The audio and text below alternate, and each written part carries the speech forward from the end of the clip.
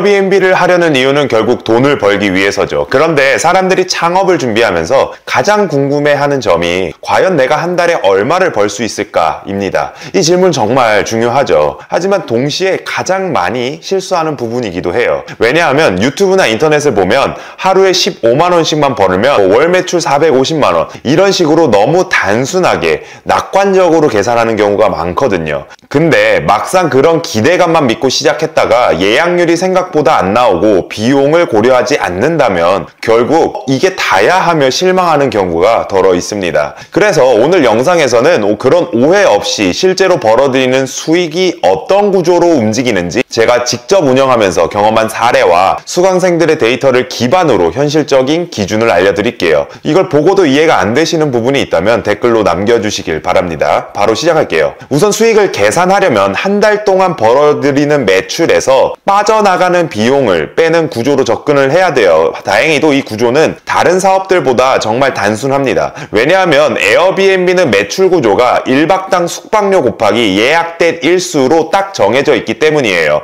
문제는 1박당 숙박료를 어떻게 예측하느냐인데 이건 우리가 스스로 정할 수도 있지만 시장에 이미 형성되어 있는 시장가가 있기 때문에 제 마음대로 잡을 수가 없어요. 예를 들어 홍대에서 투룸 숙소를 운영한다고 가정을 해볼게요. 에어비앤비 사이트에 접속해서 동일한 구조인 숙소 10개 정도 가격을 조사합니다. 이때 투룸이면 투룸, 3룸이면 3룸만 봐야 돼요. 방 개수만 달라져도 월 매출이 100만 원 넘게 차이가 날 수 있거든요. 그래서 여러분들이 조사할 때 확인해야 할 건 이 4가지입니다. 하나는 평일 가격, 두 번째는 주말 가격, 하나는 청소비, 마지막으로 숙소 상태, 그러니까 뭐 인테리어 퀄리티 같은 거를 한번 보는 거예요. 저는 예시로 5개를 조사할 거지만 여러분들은 10개 이상 조사하다 보면 어느 시점부터 평균값이 수렴된다는 걸 알 수 있을 거예요. 자, 에어비앤비 사이트랑 엑셀 시트를 하나 켜두시고요.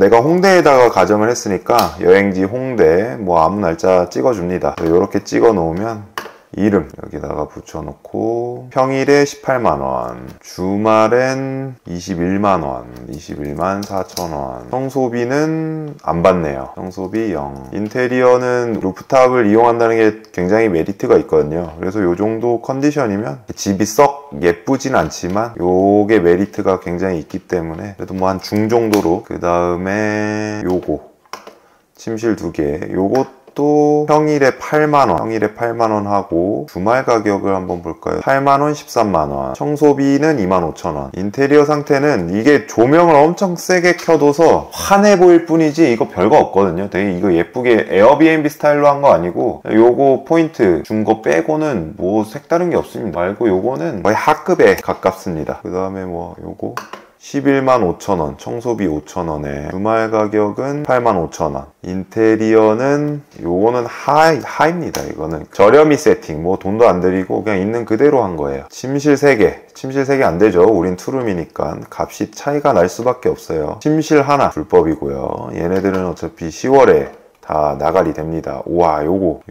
예쁘다. 평일 15만원이고 와 30만원. 딱 눈에 띄잖아요. 벌써부터 에어비앤비 감성 물씬 풍기고 이렇게 촬영할 수 있는 공간도 내놓고 여기는 진짜 벤치마킹하기 좋다. 가격을 비싸게 받을 수밖에 없죠. 요런 것들은. 방 3개. 확실히 2개랑 3개랑 하루 숙박료가 다를 수밖에 없어요. 침실 하나 불법 안녕, 원룸 안녕. 너도 침실 2개 11만 5천원. 주말은 와 벌써 날 찼네. 주말은 안 찰 수가 없다니까요.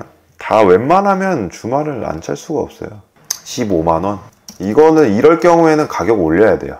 너무 싸다는 거야. 이렇게 11월까지 주말 예약이 다 찼다는 건 더 올릴 수 있는 여지가 있다는 거죠. 이 정도 숙소 컨디션은 이건 그냥 중입니다. 중. 그냥 남들 하는 거. 이렇게 해서 제가 5개를 찾아봤는데요. 한번 볼까요? 평균 값을 12만 7천원 정도 나오죠. 여기는 19만 5천원. 근데 제가 인테리어 세팅을 하면 보통 요 상까지는 못해. 시간도 많이 들고 돈도 많이 들어. 근데 여기까지는 이긴단 말이야. 그리고 중은 요 정도 가격 바라보고 평균을 내면은 한 14만원 정도 나와요. 아, 내가 중간 정도의 퀄리티만 유지를 해도 한 14만원 정도의 평균 숙박료를 하고 주말에는 한 18만원 정도 내겠구나. 이런 식으로 평균을 내릴 수 있습니다. 그러니까 얘가 너무 싸게 받는 거야. 지금 14만원 받아도 되는 수준의 퀄리티인데 이러니까 예약이 다 꽉 차죠. 그러니까 요럴 때는 여러분들이 보고 객단가를 올리는 거예요. 그래서 저는 우리가 평균을 구했던 것처럼 해가지고 한번 다시 매출을 계산을 해볼게요. 자, 그럼 현실적으로 계산해 봅시다. 이제 내 숙소를 기준으로 보수적인 수치를 적용을 해볼게요. 내가 제공할 수 있는 숙소 퀄리티가 중간 정도라고 가정하고 평일 평균 숙박료는 14만원, 주말 평균 숙박료는 18만원으로 나왔습니다. 그럼 한 달 30일을 기준으로 평일 22일, 주말 8일이 있다고 보고 예약률을 평일의 90%인 19일, 주말은 거의 100%인 7일로 볼게요. 예약률을 이렇게 잡은 건 저의 경험과 수강생들의 데이터를 살펴보고 아주 보수적으로 잡은 거예요. 이 이하로 나온다면 숙소에 뭔가 문제가 있다는 겁니다. 이제 계산해보면 평일 매출 14만원 곱하기 19일 하면 266만원 나오고 주말 매출은 18만원 곱하기 7일 하면 126만원으로 총 매출이 392만원이 나옵니다. 여기서 조금 더 수익을 올릴 수 있는 방법이 있는데요. 바로 기본 인원과 최대 인원을 세팅을 해두는 거예요. 예를 들어 투룸 퀸베드 하나가 들어가고 싱글베드 2개, 추가 토퍼 1개를 넣으면 최대 5인 수용할 수 있는 숙소가 돼 있는 거죠. 이때 기본 인원을 3명으로 설정하고 4명 이상부터는 1인당 2만원씩 추가 요금을 받는 구조로 설정할 수 있어요. 에어비앤비는 가족 단위나 소모임 여행이 많기 때문에 추가 인원이 발생하는 경우가 많거든요.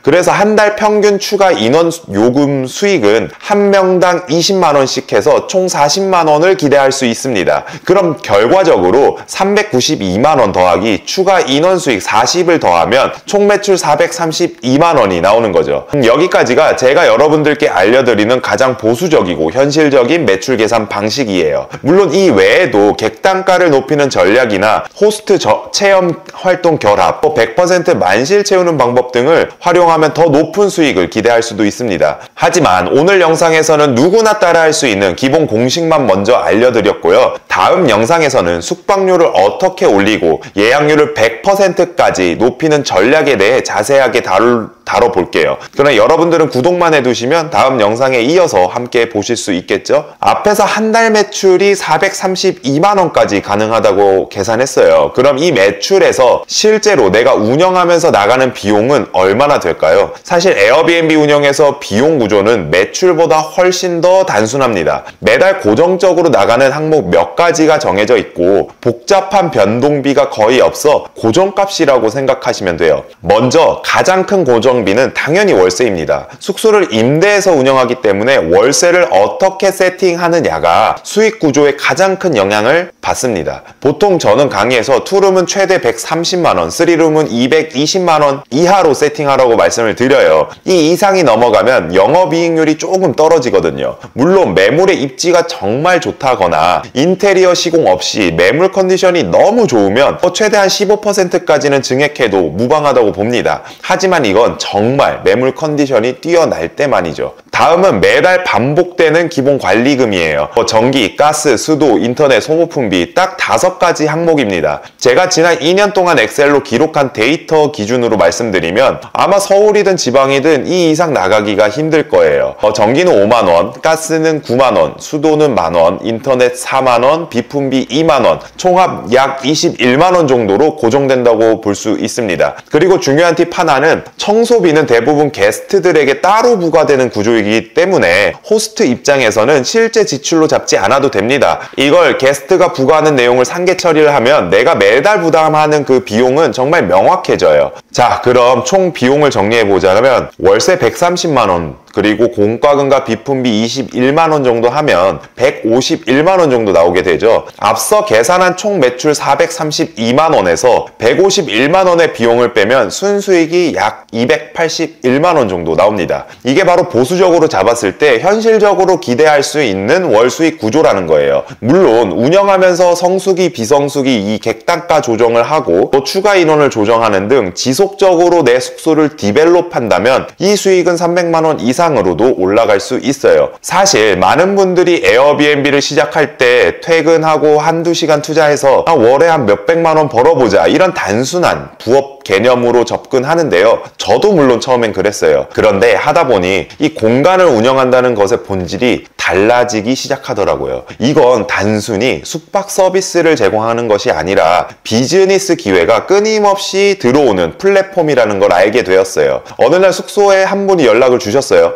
숙소가 너무 예뻐서 촬영 장소로 하루 대관할 수 있겠냐는 그런 요청이었는데 저는 뭐 숙박비만 받으면 된다 해서 뭐 알겠습니다 하고 넘겼어요. 근데 몇 주 뒤에 이 촬영팀이 만든 컨텐츠가 어디 실렸는지 한 가구업체에서 연락이 온 거예요. 제가 뭐 소파랑 테이블 협찬해 드릴 테니 숙소에 카탈로그를 비치하고 투숙객들에게 홍보해 주시면 수익을 쉐어하던지 뭐 지속적으로 소파나 테이블 가구를 협찬을 해드리겠다 뭐 이런 식으로요. 또 이런 일도 있었어요. 어떤 독일 투숙객이 자신의 인스타 인플루언서라면서 숙소 사진을 찍어서 인스타에 올릴 테니 숙박비를 좀 할인해달라 요청을 해왔죠. 저는 뭐 그냥 뭐 속는 셈 치고 해보자 했는데 그 이후로 유럽 손님들이 굉장히 많이 들어오더라고요. 이때부터 저는 이 공간을 단순한 숙소가 아니라 하나의 비즈니스 플랫폼으로서 보기 시작했어요. 이 공간에서 내가 할 수 있는 비즈니스는 뭐가 있을까? 계속해서 사업적인 관점으로 이 공간을 활용했던 거죠. 처음엔 단순히 부업이었지만 마인드를 바꾸면 사업가로서의 기회도 열립니다. 이게 바로 에어비앤비의 진짜 매력인 것 같아요. 이 지긋지긋한 출근길 대신 내가 만든 공간에서 내가 만든 툴로 이런 수익과 커리어를 동시에 만들어갈 수 있는 플랫폼,